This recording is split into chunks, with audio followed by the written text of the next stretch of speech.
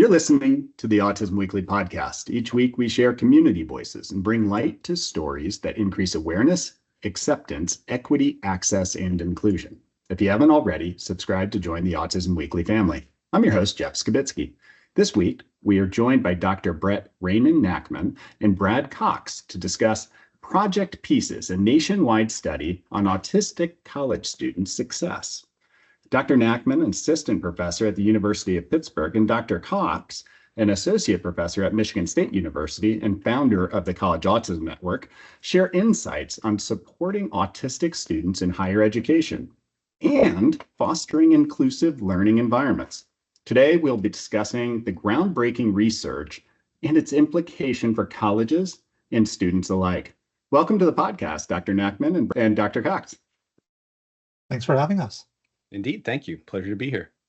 Well, this is a topic that I think oftentimes is when you're thinking about neurodiversity and you're talking about the autistic experience, sometimes that college life, that assimilation into what the college experience is and post-secondary experience in general is not something that is the hot topic, the one that's out there.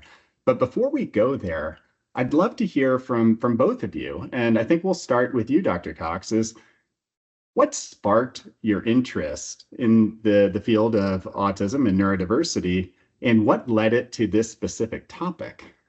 So this is a story that Brett will be familiar with because it's a story I've told a few times. But I was a faculty member and assistant professor at Florida State University when our son, at the age of 4, was diagnosed with autism. And I, like a lot of people at the time, and like a lot of parents, when we first heard that, I had no idea what it meant. And I was admittedly a little unsure what to think, unsure of how it would affect him, how would it affect our family. And at that point, I did a lot of what I would think a good faculty member does. And I went and read a lot of research on autism, how it affects families, how it affects kids. And it turns out that after about a semester of doing that, Florida State talked to me and said, you know, Brad, good job being a good parent, but you also need to be a good faculty member. And I realized at that point that I could not really bifurcate my life into a home life that was all of a sudden thrust into this space of autism in a work life that was independent of it.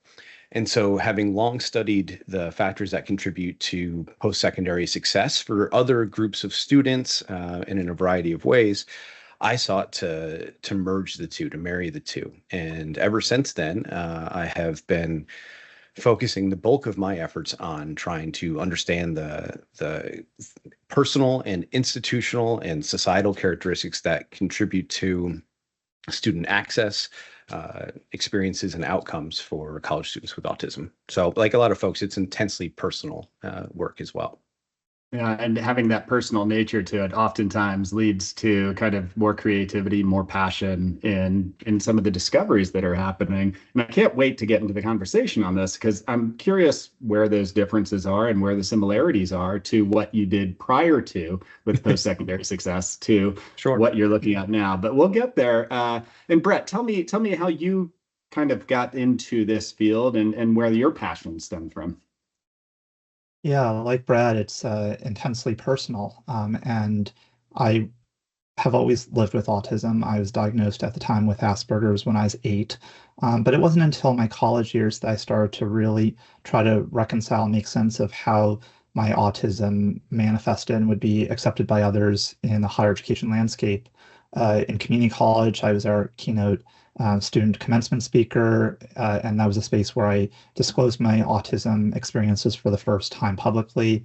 We're talking about 12-ish years ago now, so the landscape, I think, has markedly changed in terms of how we make sense of autism, how we accept it, as opposed to just being aware of it.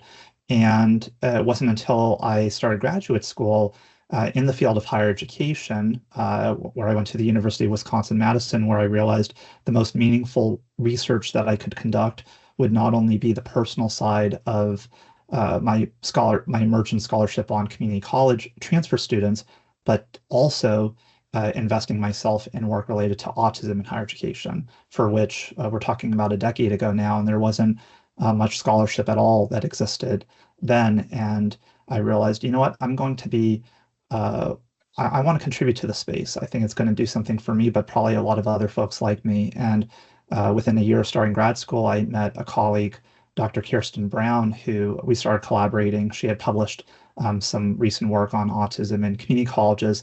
And in a matter of months, not only did we work together, but she put me in connection with Brad, who had just founded the College Autism Network at the time.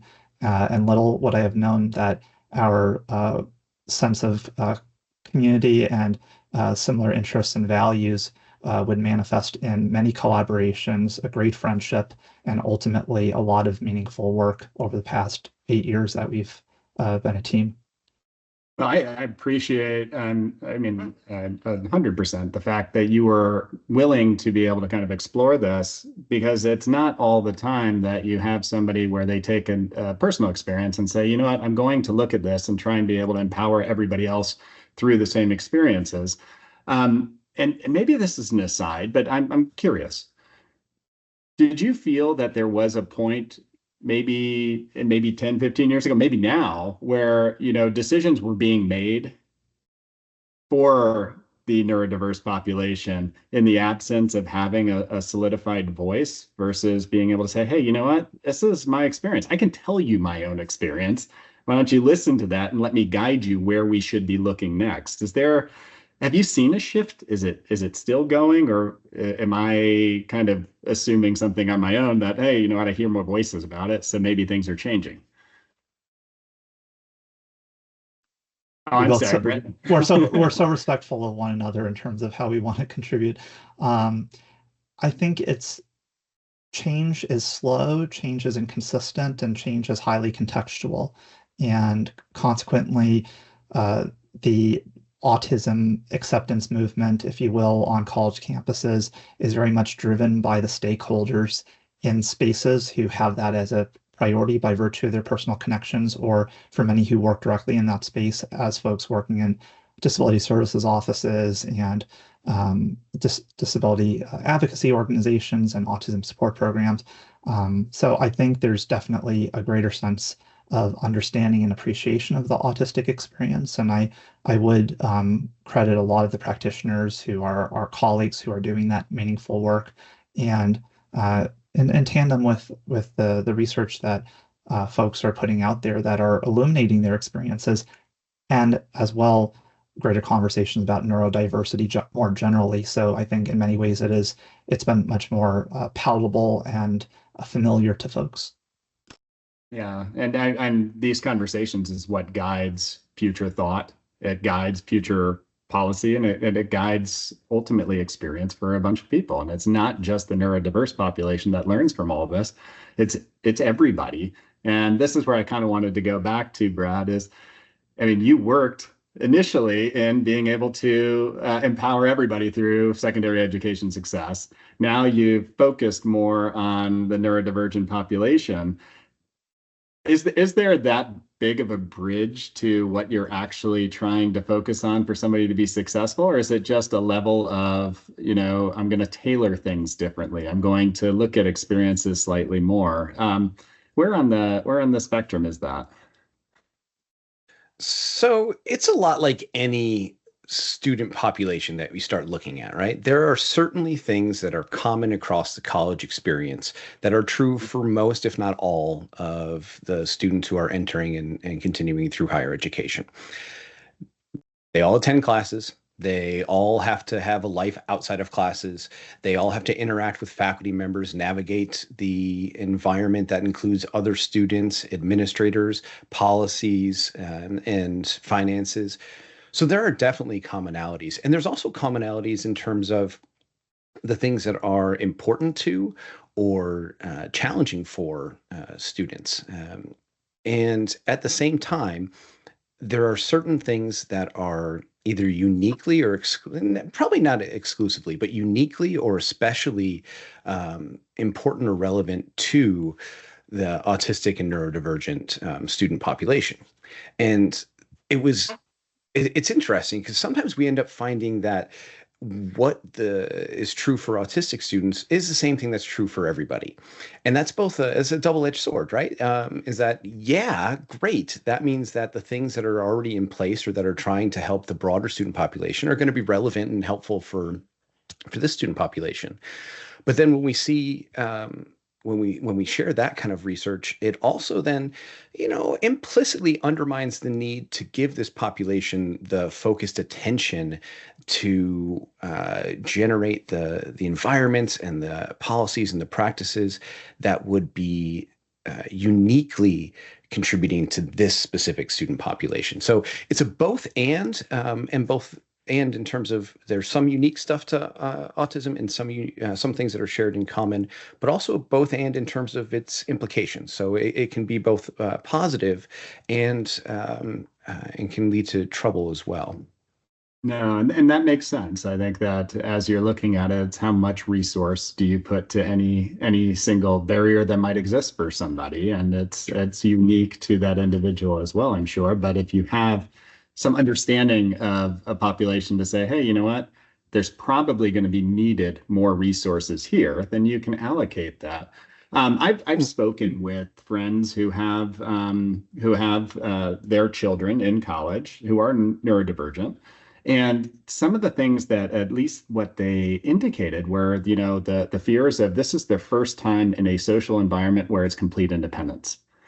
This is the first time where they're going to potentially be challenged with more thought divergence where, I need to sit there and be able to have the debate back and forth was one of the things that, because their child was extremely, extremely bright, extremely intelligent, but had a little bit more difficulty seeing the other perspective. Some of the other things we're navigating, how in the world do I even build my schedule? What do I even do? I've never had to sit there and plan. Brett, what are some of the common things? I mean, is this experience that my friend had, is that normal as far as, some of the consistent resources that are needed? Or are there other themes that you're seeing?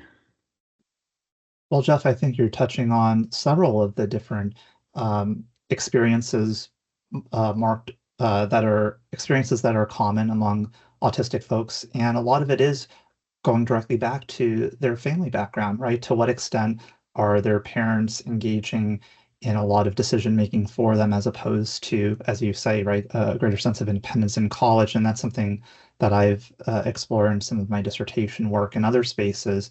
And what we see is that there's a lot of value in this idea of interdependence, where and this notion of seeking out resources, but knowing that there are always people you can turn to. It's okay and important to be able to leverage resources and advocate for yourself, and it's not necessarily mutually exclusive. The challenges often emerge in college when the autistic student does not have the foundation to be able to know what to seek out and to know what questions to ask. And some of that responsibility falls on the family. Some of that responsibility falls on the college. And then there's also a certain degree of trial and error that every student has to experience. And just because a social interaction is a little bit awkward for someone, or maybe you get the wrong information, does not make someone a failure or make a situation completely unsuccessful. It's learning experiences. And I think that's what so many of us in higher education as a field, and Brad and I as folks who study higher education appreciate, is that students need to make mistakes, but students also need to know that it's okay for things to not always work wonderfully, and that there are people that they can turn to. And it's finding that right balance. And that's what's really hard, right? You talk about the scheduling, which all goes back to executive functioning. You talk about, seeking out different spaces on campus for whether it be advising and tutoring or counseling, whatnot. All students need to know what resources exist to them. How the student navigates the situation is going to be very individualized. And it's going to be even more nuanced for the autistic folk if the people they're engaging with do not have the familiarity with autism or neurodiversity and can appreciate certain differences in communications or norms. And that's where we push for a lot of changes in terms of campus structures to be more neurodiversity inclusive and affirmative.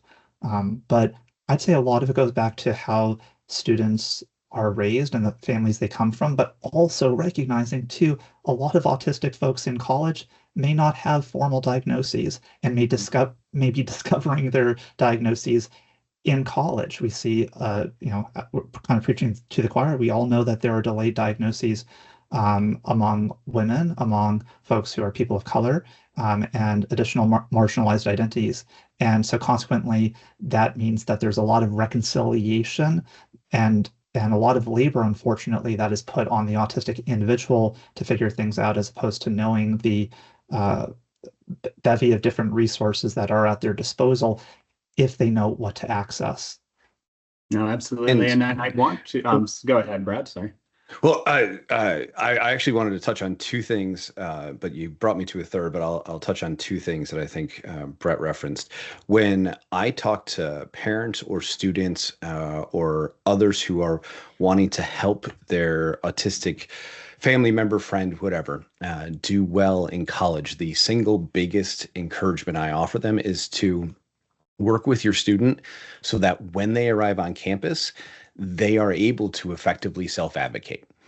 And that is inclusive of work that has to happen before they get to college and practices and experiences they have there. It also has to be able to happen in different environments.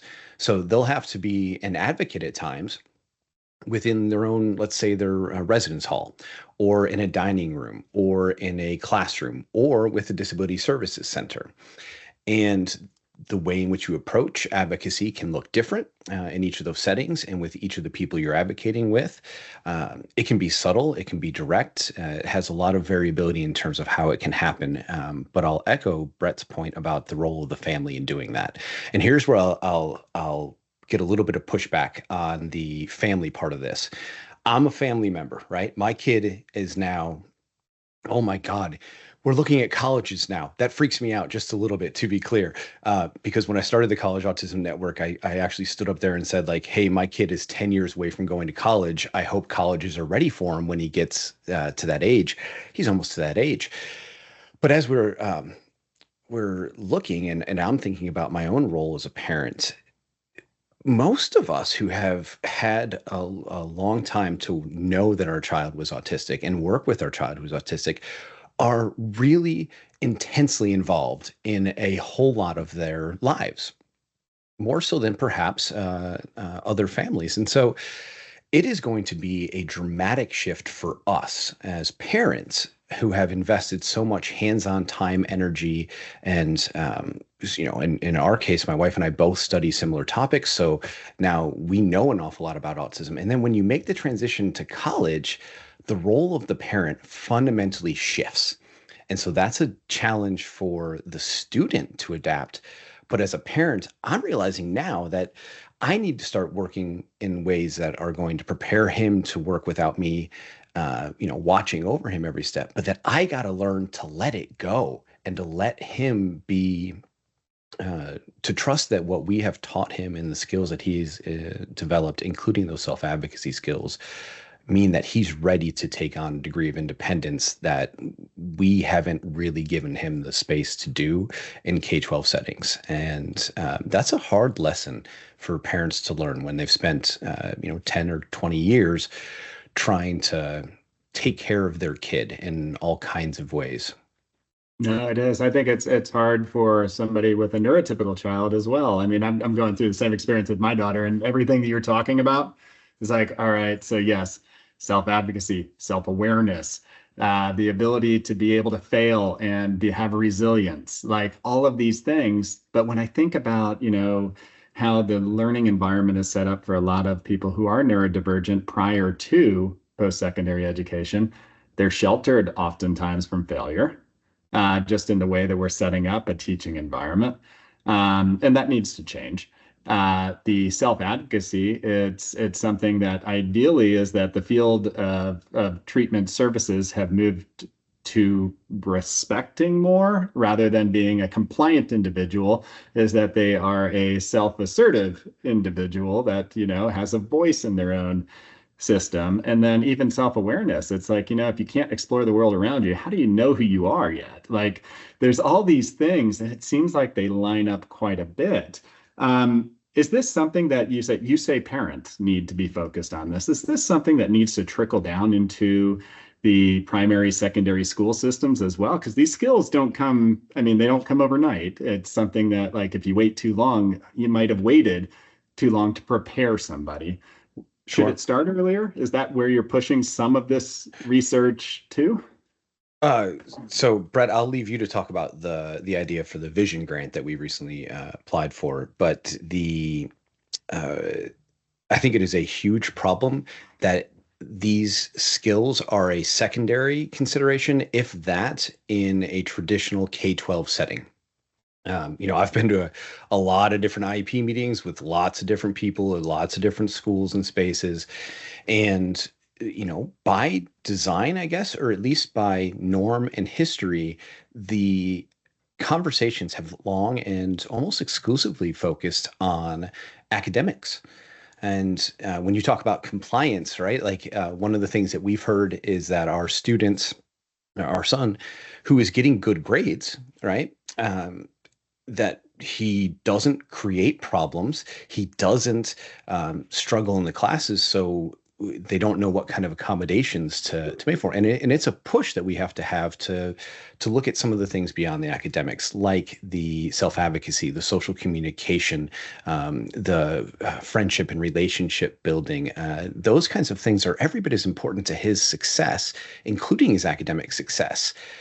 But they don't really get highlighted. And I absolutely think that's a problem with teachers, with administrators, special educators, that oftentimes, personally, we have found ourselves having to go outside of the school system to help our son develop some of those skills, or to get him the supports that we think have at least contributed a little bit to his development of those skills. But I don't think Brett and I are content to just leave it as is. So I think I'll let him talk about like our upcoming project that we're working on. Yeah, we recognize one of the things that has been really core to Brad's work and mine too is bringing a variety of different groups of folks together. So the College Autism Network, I think, is an illustration of that, an organization that brings together faculty, researchers, disability staff members, employers, self-advocates, among other groups as well. And we find in those spaces that the best conversations and outcomes unfold when folks are in conversation with one another, right? We're not siloed. And I think some of the issues that we see in practice and in research is that there are those divisions of folks being in their own spaces and not engaging perspective taking, not communicating with one another, and thus not reconciling that very difficult transition to college. So a project that Brad and I have early in development, at least via grant proposal at this juncture, is all about better facilitating autistic student transitions across different junctures, including from high school to college to employment as well. And we just find in so many environments, yes, it's useful to communicate with folks and have those dialogues among folks who have the similar jargon, who know the same people, who know the same things. But there's even more merit when we're engaging in conversation across those spaces. So our work is looking into that direction, if you will, and even some of our current work, including our Autistic College Student Success Study, is representative of the value of accounting for a variety of different stakeholders and domains of students' lives, as we've talked a little bit about today. As you've uncovered some of these findings, and I think I'm going to go towards the line of thinking of the college culture and those resources once somebody is in that community college environment. I would imagine most of the administrators want to do the right thing and maybe just didn't know how to go about providing some of those resources, the accommodations, the extra supports where necessary, the education to the community on, we have a diverse environment. This is kind of how we all need to work. What are some of the things that you've moved into or suggested that colleges adopt? And have you seen it as successful from the administrators all the way down to the students? And I think I'll throw this one to Brad first, and then Brad, if you have some added info, that'd be wonderful. All right. I've been in higher education long enough that I've become a cynic about a few things that you seem to imply you have like good feelings about, good vibes about. I definitely think that administrators and high-level school leaders are recognizing that this is a population that warrants attention. Oftentimes, that attention is driven by, at least at the local level, at institution level, by somebody high up who has a particular interest in this population and then makes that interest known, and the community responds around that person. That's great. If you have a president whose nephew is autistic, or you have your primary donor say, I want to give you $1 million or $10 million to start this center, that's fantastic. The trouble, I would argue, comes when there isn't that immediate and intense champion, which frankly, at most institutions, there's not, because without the leader making it a centerpiece of the effort, and without somebody who's willing to foot the bill, sadly, helping support autistic students and getting them through college can be, in a very business-oriented world of higher education, a investment that doesn't necessarily give the greatest yield of return on investment. If the population of students is relatively small, and from what we can tell, it is, right? No more than 2%, more like 1 and 1.5%, depending on which studies you're looking at. And a lot of them are doing well, and fewer than half of them self-disclose. That's a relatively small group of students to spend money on supporting in uniquely autistic supportive ways. Now, that's my cynical side. There are plenty of schools who are doing great work on this. Brett actually started the list of schools that are offering autistic specific support programs, but realistically, that's like a stepping stone. It's only so much that these narrowly defined and relatively small programs can do to support these students. What really needs to happen is one of the things that the College Autism Network is working on a pilot project for, which is to develop a truly autism inclusive campus. One where autistic students feel comfortable and know that they have access to the resources they need to be successful, know that they have opportunities to gain the skills they need to be successful, know that they'll be accepted and appreciated for who they are within that space. And those are a little slower in developing, because changing any institutional culture is a much bigger lift than designating an office and hiring a staff member to run your autism center. That said, those autism centers are doing some good stuff, right, Brett? Absolutely. Well, and I think, Brad illustrates a really good point about that personal connection often making a difference in terms of the efforts that unfold on a campus. I think what campuses are realizing, though, in tandem with that, is that many practices on campus that support autistic folks are actually going to be very beneficial to everybody. So, of course, there's been the movement for universal design for learning, which is grounded in disability work and the notion of making adaptations and offering choice and embracing alternative forms of engagement are not only helpful for your autistic learners, but everybody. And I think it's in that spirit that we see a lot of campuses on the kind of jumping on the bandwagon of like, what can we do to make our campuses, more inclusive from a teaching standpoint or whatnot. But we also recognize that there's a lot of nuance in the autism community in terms of what supports different folks may need to feel at ease, right? For some, it's sensory friendly spaces and study rooms. For others, it's having clubs and organizations on campus that are either about their autism identity or about Dungeons and Dragons, for which we've seen some scholarship and actual practice of many people are drawn toward. I'm someone in the autism community who does not find the appeal of Dungeons and Dragons, but that's okay. What Brad and I and our colleagues have done through our autistic college student success study called PEACES is ascertained not only the priorities of success that autistic college students notate, but also capturing from them, learning from them what changes they want to see on campus that would better support and facilitate their success. And it's not just getting good grades, but it's feeling a sense of community. It's finding the right pathways to employment.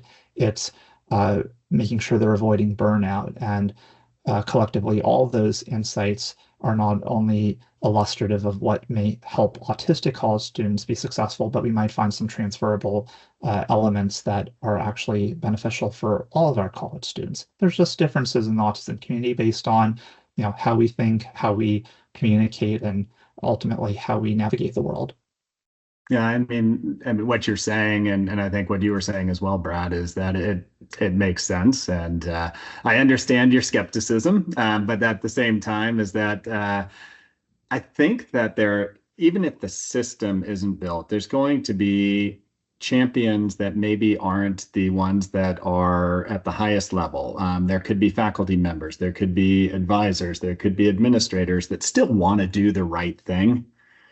And I was looking at your site, and it seems like you have some simple recommendations that were put out there that can kind of help support some of those individuals that maybe are saying, hey, you know what, I'm a faculty member, I want to help support. These are some of the things that I could just make integral. I can kind of make sure that I'm doing on an individual level. Are there recommendations that you have for specific people as far as, maybe your system isn't set up for everybody to succeed, but you as an individual can contribute? Yeah, and Brad, maybe you and I can just talk about some different examples of stakeholders based on what we're seeing in the work and in practice. I think in terms of our faculty members on campus and on campuses, and maybe to some extent this extends to high school instructors as well.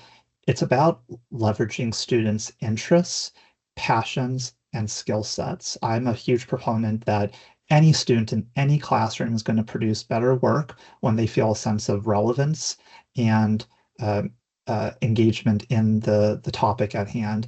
And I think the more avenues that we educators can provide for all of our students, inclusive of our autistic learners, to capitalize on those passions, as long as it has some connection to the course at hand, there's a lot of opportunity for growth and for students to feel a sense of success and value.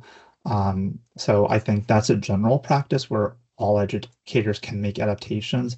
As far as in our classrooms, I think back to some of our findings too. It's so important for educators to be facilitators of group work and kind of modeling expectations for group assignments. Think of, for some students, regardless of if they're autistic or not, how it's sometimes hard to approach someone new and to figure out if they want to collaborate or to figure out who's going to handle this role in a group. Educators hold a responsibility in setting those norms, trying to find the most valuable ways to bring people together and to ensure that everybody can demonstrate their strengths and skills in those contexts. And I think all college students need support with that, but particularly in the autism community, where sometimes new social situations are very anxiety producing, or where they're not always clear about, is it my turn to participate, or should I step in this way? Little adaptations can go a long way. And through all of the interviews that Brad and I have conducted over the years with autistic students, in tandem with some of my lived experiences and others, I think we can attest to the fact that it's not always sweeping changes that are necessary or make the biggest impact. It's sometimes those individual elements at the classroom level. So I think it's worth noting some of those from a faculty standpoint. Brad, I'm not sure if you want to kind of jump in with some other groups of folks. Yeah, so two things that come to mind from two different studies. So one from the PEACES project that Brett and I are leading right now, that when students were asked to report the things that were most helpful to them, a lot of times they referenced academic things. So being in the courses they want, having or developing the necessary academic skills. Faculty have a direct role in those experiences. So we mentioned universal design for learning earlier, flexibility, adaptability, being available, providing explicit guidance as much as possible. Those kinds of things are incredibly helpful. And instructors were listed as one of those things that was particularly important to them. But I want to highlight another group of people, which is the friends. And the friends are important to students, both as something that they want and that when they work well, our students report that their friends are among the most helpful in facilitating their college success. And that could be because they have somebody to talk to about things that are important to them, somebody who accepts them for who they are. Maybe it's somebody who helps them understand what needs to happen to be a successful student because their friend's a successful student. There's all kinds of roles that can play, and we all have heard about the occasional challenges that autistic students face when in a space that is primarily neurotypical and around students who may not entirely understand the autistic student, who they are. So whatever we can do, particularly early in a student's experience, to help facilitate those connections in a safe, accepting, and meaningful way, I think will go a good long way towards helping these students. But then the second piece I want to bring in is a study that I was a part of. In fact, it was part of my very first research in autism in higher education. When I was talking to students, and this was 8-10 years ago, a lot of these students talked about their college experience as a series of problems that they encountered or first recognized. Then as they worked their way through them, they had to reframe what those problems were or how they thought about those problems, and then how to resolve those problems. And so as they were doing so, there's this little chart that I can share sometime, but when you think about the institutional norms or the systems that you were just talking about, like there are a lot of things about higher education and institutions of post-secondary ed with that, there's some tension there between those norms, expectations, and structures and the characteristics of individuals with autism. That creates a tension that often then needs to be reframed into a spot where a student needs to develop a stronger sense of themselves as autistic, as a college student, so that they oftentimes, the students I talk to, would then go to their disability service office and say, hey, I'm autistic, I want these accommodations, or I have this challenge, can you help me solve it? But then the students who reported genuinely resolving the problem and stopped thinking of it as a problem at all are the folks who used their personal connections to work with an individual at the institution, a faculty member, a staff member, an administrator, built that one-on-one relationship so that they got what I called personalized adaptation from the college. That was not just applying some policy, but recognizing that policy can be enforced in different ways and to different extents, that there are not just exceptions to be made, but ways to implement policies that had previously not been considered that would be perfectly consistent with what the policy says, but that had never been thought of through the lens of an autistic individual. And now when that autistic individual is working directly with the person who is involved in creating or implementing that policy, all of a sudden eyes open up and some of those policies can be revisited in ways that are helpful to autistic students, which, as Brett said, generally speaking, are going to be helpful to the entire range of college students. Absolutely. And if you can personalize something and make it so that somebody can connect to a cause or an issue that you have, is that now you have an ally. And so I love that thought process. But when you both were kind of talking about all the things that somebody needs to be able to navigate in college, I'm thinking about, these are the same, so when you go to college, you've lost your social network. You've lost your support network. The skill that I need to be able to enter into college or any other new environment is the ability to kind of go in and know, how do I approach others? Who are the people that I actually want to be around? And this is for all people. It's like, how do I establish new relationships? And that is a skill that sounds like, if I can establish new relationships, establish healthy relationships, college now just got a whole lot easier. But these aren't always the skills that are being worked on from childhood all the way up as much as they should be. But that's what you need. You need to be able to establish relationships. You need to self-advocate. You need to know who you are. How does that look post-college? Because it sounds like the same skills are going to be needed again. Like I need to be able to assimilate into a job setting. I need to know that this job is one that I'm passionate about, that I want to work on. Like, is that a bridge that you all are also tackling? Is that next level of transition post-college? Brett, maybe you have some Yeah. insight on that. Yeah, and I will say that most of Brad and my work is embedded in the higher education landscape, but we realize that that is in many ways a bridge to employment, and it's also not untethered from employment because many autistic college students, like neurotypical college students, are employed while in college, right? And they're gaining the skills and connections to find those viable pathways. What's hard though in many areas is we just don't know what that looks like for autistic employees, right? There's emergent scholarship and really great scholarship out of some folks in the UK. I think of Jonathan Vincent and folks among others who are charting the experiences of autistic employees and particularly that post college transition. And what we're seeing is that much like colleges, right, autistic folks need to be in neurodivergent friendly workplaces and places where they have mentors, they have go-to people they can turn to for advice and guidance, much like any new employee. The difference is that it's all about being in a space where there's recognition of autism and at times making adaptations so that that autistic employee can thrive. What that might look like may vary according to the discipline or industry rather.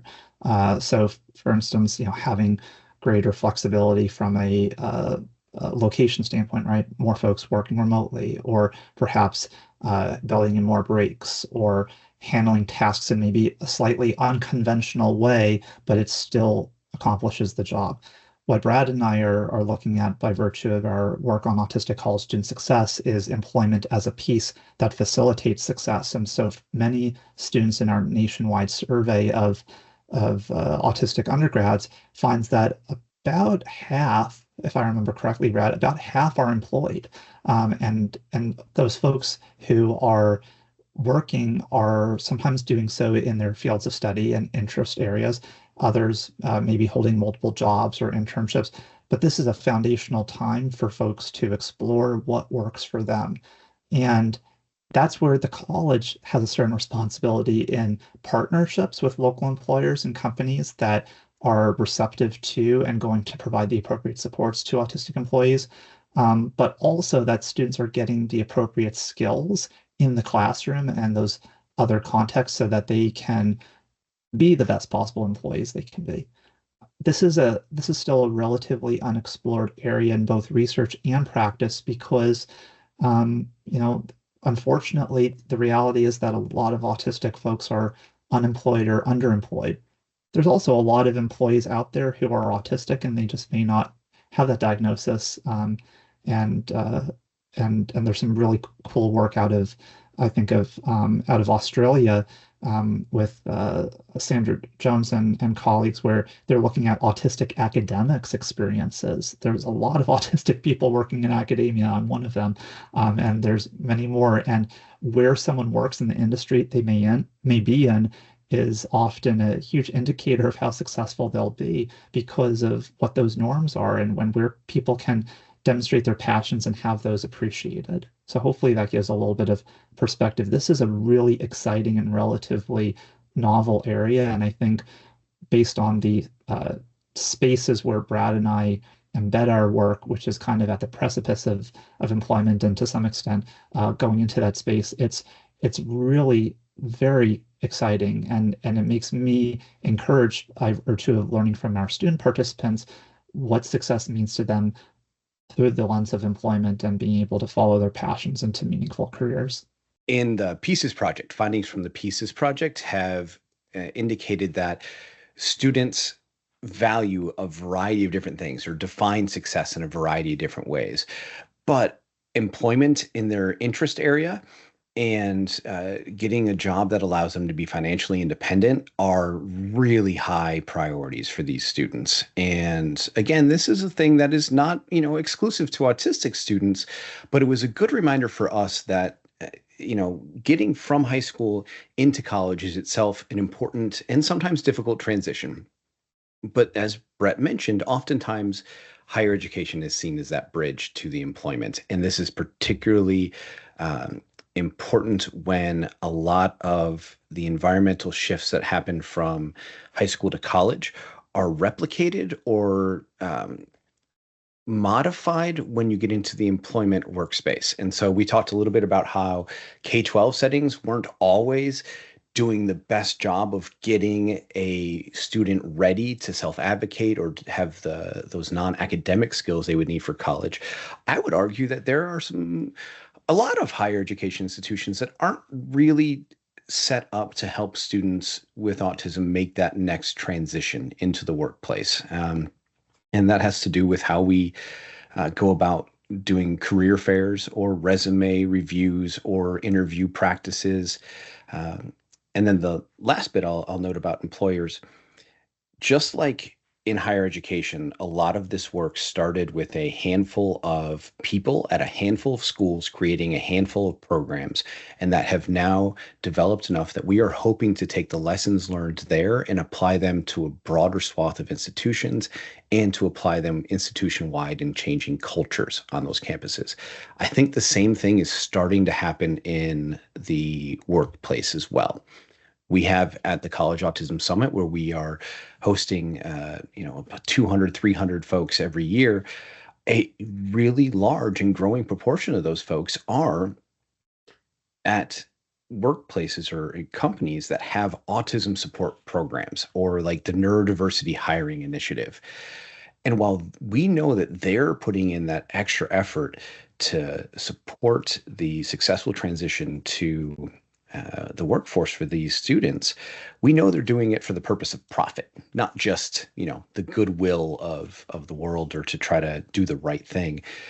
And some of them, I believe, are starting to realize that if they can make the whole company a place where autistic folks want to be and can be and are successful, that's an even more powerful cultural shift that will allow their company to be even more successful, not just the handful of folks who are in the diversity, neurodiversity, autism specific hiring program.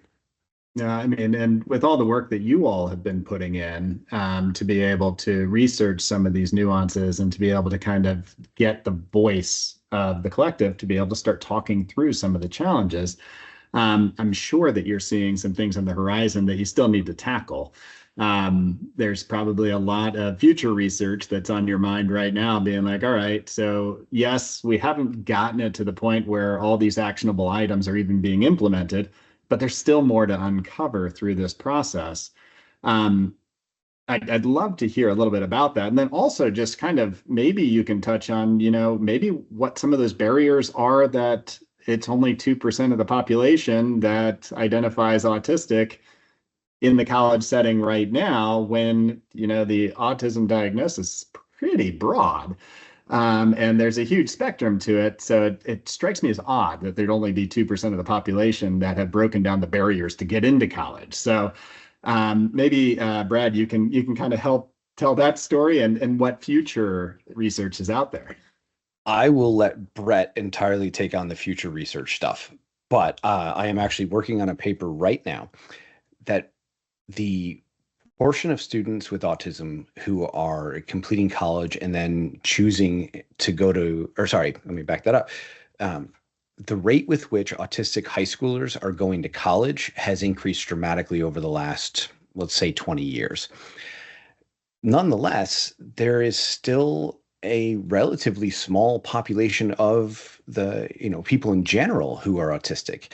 And even if, the entirety of that group goes to college, it's still really only 2% of the autistic or of the college population that are even likely, if possible, to be a college student. Despite the fact that the rate of college going for high school students with autism has increased dramatically over the last 20 years.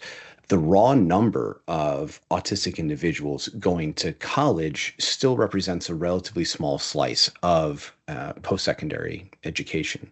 However, one of the things that's actually getting in the way of both research and implementation of these good practices that we are learning about is that we genuinely don't know how many autistic college students there are. There are remarkably few data points from which we can draw. Some of them are 25 plus years old, and we all know how much both the educational environments and the public awareness and diagnoses have changed over the last 25 years. So that data isn't terribly good anymore. There are internal systems at institutions that don't do a good job of tracking these students. Students don't have to disclose anyway, so you wouldn't have good numbers that way either.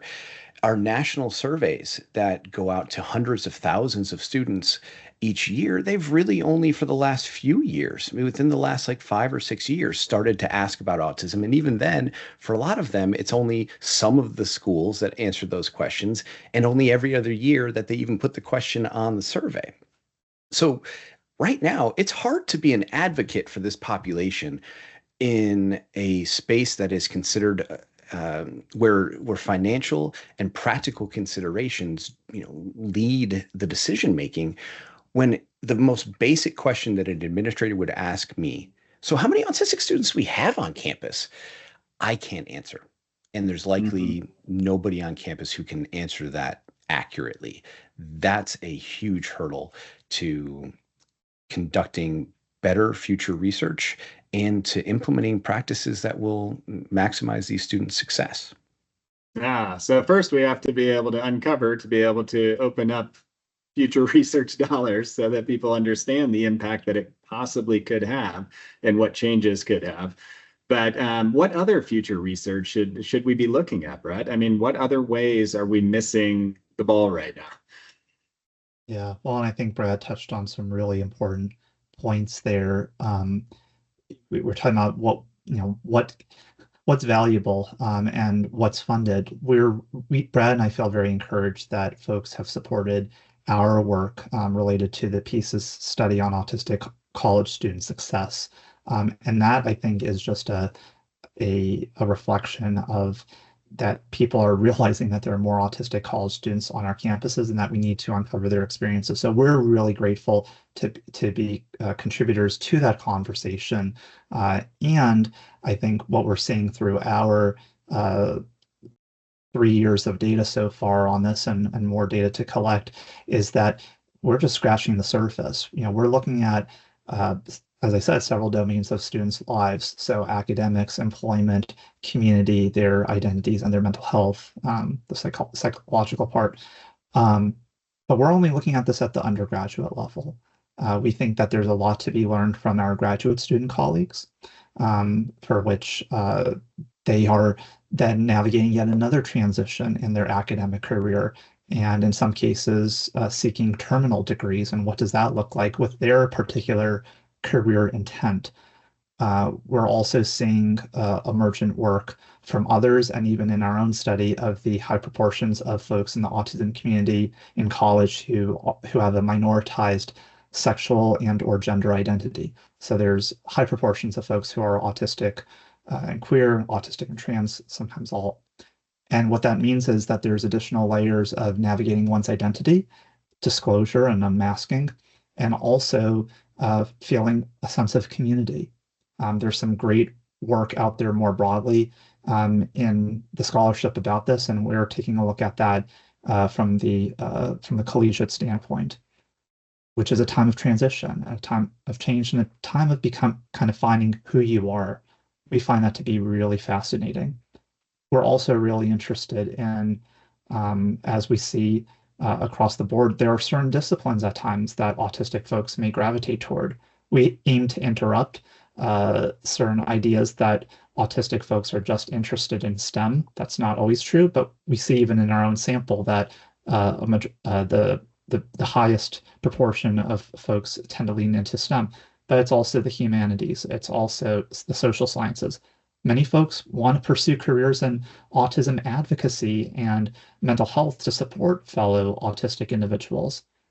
There's endless directions for the research, but more importantly is engaging in work that will change practice. And that's what we're continually excited to be embedded in. For Brad and I, our capital, if you will, our academic capital is often in terms of producing papers and delivering the research and whatnot. But it's also demonstrating that real world impact, creating infographics, appearing on podcasts, finding other mechanisms to make sure that the stories that we're helping uncover alongside our wonderful team are not relegated to just lines in a peer-reviewed journal article that maybe a handful of people will read. It's figuring out other outlets to make sure that the autistic college student experience is heard at a broad level, and that we play a role in creating space for other autistic folks to share their stories. And we're developing some tools right now that will illuminate those stories in a more publicly accessible manner, which we'll be excited to share more about over the coming months. But the research is endless. At the end of the day, though, we want to be good contributors to the overall conversation. And I think there are many outlets for doing that. No, and you've said now, I think several times between the both of you, is that you've mentioned friendship, community. You've mentioned the fact that it takes an entire ecosystem to be able to kind of create a healthy culture on a college campus. And some of that is like you have a variety of marginalized communities that, in some way is that they work together, whether it's the LGBTQI community and being able to really understand some of those autistic or neurodivergent differences and being able to support each other through those college groups so that they have an active voice and it becomes more, I guess, amplified. Are there other ways that you'd be suggesting that autistic students navigate college life? Because they right now, from what you've been telling me, they are still marginalized.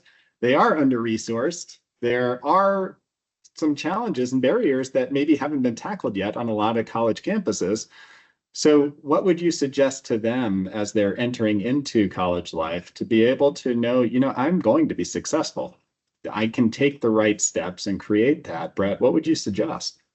Yeah, and Brad, if you want to add on to this, what comes to mind for me is, and of course, Brad and I are in the midst of, we're going to present with our colleagues some work at our conference in the field all about friendship and what that looks like in autistic college student spaces. And I know you're talking about that, Jeff. What we find among the students we're engaging with is the value of online spaces as an area for folks to connect. So sometimes that's via like Discord and these probably new platforms that I haven't even heard of, ways in which folks can communicate in ways that are perhaps not as maybe in some ways structured, but not as overwhelming and stressful as physically being on a college campus, but in tandem finding those clubs where there are those similar passions.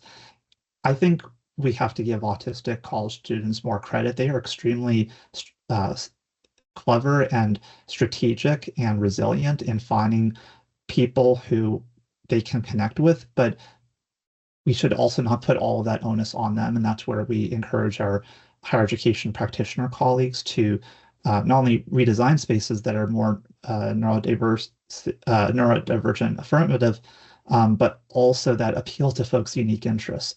I found even in my dissertation research a few years ago, it was autistic students creating their own clubs because they wanted to find people who share those passions. Mm-hmm. But colleges need to create those avenues. It can't all be self-driven, but they can be adept on that front too. Yeah, that's such great advice. And I mean, where can people find some of these resources, Brad? I mean, where can they find the research? Where can they maybe understand the challenges and become an advocate, an ally, and understand how to be able to kind of push the agenda a little bit more? There are several ways. I'll end with my favorite because it's the College Autism Network that Brett and I are somewhat intimately involved in leading. I think the first place to start is at your institution of interest. Don't go into an institution blind or naive. You've got to talk to the folks who are there to be helping you and understand the norms, the policies, the rules, the things that are going to happen once you arrive on campus. Going to campus believing that it's going to be like what you saw on TV, or for that matter, believing that it's going to be exactly like your tour guide said.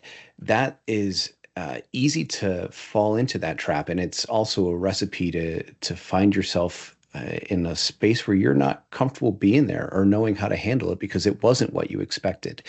So the first thing I think is to get a real understanding of what your particular institution is like in a day-to-day kind of experience. You can get that from talking to faculty and staff. You can get that from talking to peers who are already at the institution. You can talk to folks who were ahead of you in high school by a couple of years and, have got a little bit of that college experience. And maybe that's even a family member. A couple other places I think folks can find really good information if they are looking for a very autism specific program, which again, serve a very small number of people in very few number of institutions. But if you're looking for an autism specific program, there is a database that is hosted on the College Autism Network website that, Brett, I don't know, what's the number up to now? That database started with 40 institutions? No, it started with 75 several years ago, and we're now well over 100. So these are programs across the country that on college campuses that serve autistic individuals who are, degree-seeking students and whatnot, and it's impressive. It's impressive to see how this continues to grow over time. And our colleague Katie McDermott is the one responsible for updating it, and we have some cool filters so that folks can find programs depending on where they live in the country, what type of college, what types of supports they're seeking out to. Sounds like we're challenging your skepticism a little bit, Brad. We're seeing some growth. I've been in the field long. Yeah, no, I have to have optimism, right? Because my son's going into college soon, and knowing that I've got a daughter following him, not autistic herself, but that it's not just about those individual programs. It's rather, I want both my son and my daughter, who's 3 years behind him, I want them both to be going to a campus that is throughout the entirety of the institution, opening doors for autistic students by being an autism inclusive campus writ large. And that I do think is lagging a little bit. So while the database of autism specific programs is a great place to start if that's the kind of thing that you think your student would be wanting or needing. There's also a series of resources to try to find the schools that you might attend successfully even without those programs. Katie McDermott, as Brett just mentioned, is a independent college consultant. There's a growing number of those folks who have connections to autism and institutions and can help direct people in potentially fruitful ways. There is a new book that the executive director of the College Autism Network, Lee Williams, had wrote the foreword or the introduction for, that's called College Readiness for Neurodivergent Students. That is a workbook that has been put together by some of our colleagues who also started working in this area because of their children. And it's a very hands-on workbook of, here are some specific skills that you may not think of needing when you go to college, but that are the kinds of things you can work on and develop while you are still in high school. Then the last bit is I'm going to plug the College Autism Network. Again, it was intentionally designed to bring together the resources and the insights from multiple stakeholders, because students themselves have great insights. So do parents, so do faculty members, so do researchers. And if we can get these folks all working together to share resources, to connect students and families with institutions and their staffs, there's a lot of opportunity for students to find success by working within this really diverse community of post-secondary professionals and participants. who are all working to help these autistic students succeed in college. And I think there are a bunch of resources with the College Autism Network that would be a good place to start, no matter what role you have in that system, no matter what kind of stakeholder you are. Well, Brad, I appreciate the passion, the research, the actionable items you all have put together to be able to kind of create the opportunity for colleges to become more inclusive and better prepared to support all their students. And thank you for coming on our podcast today to continue that dialogue. Thank you. Appreciate the opportunity to share with a different group of folks than we normally would talk to. So thank you for the chance to do so. Yeah, thank you for the outlet and the conversation and good questions. Thank you for listening to Autism Weekly. We hope you tune back in next week to learn more about autism in the real world. Autism Weekly is now found on all the major listening apps, including Apple Podcasts, Google Podcasts, Stitcher, Spotify, Amazon Music, and more. Subscribe to be notified when we post a new podcast. Autism Weekly is produced by ABS Kids. ABS Kids is proud to provide diagnostic assessments and ABA therapy to children with developmental delays like autism spectrum disorder. You can learn more about ABS Kids and the Autism Weekly podcast by visiting abskids.com. Thanks for tuning in. See you again next week.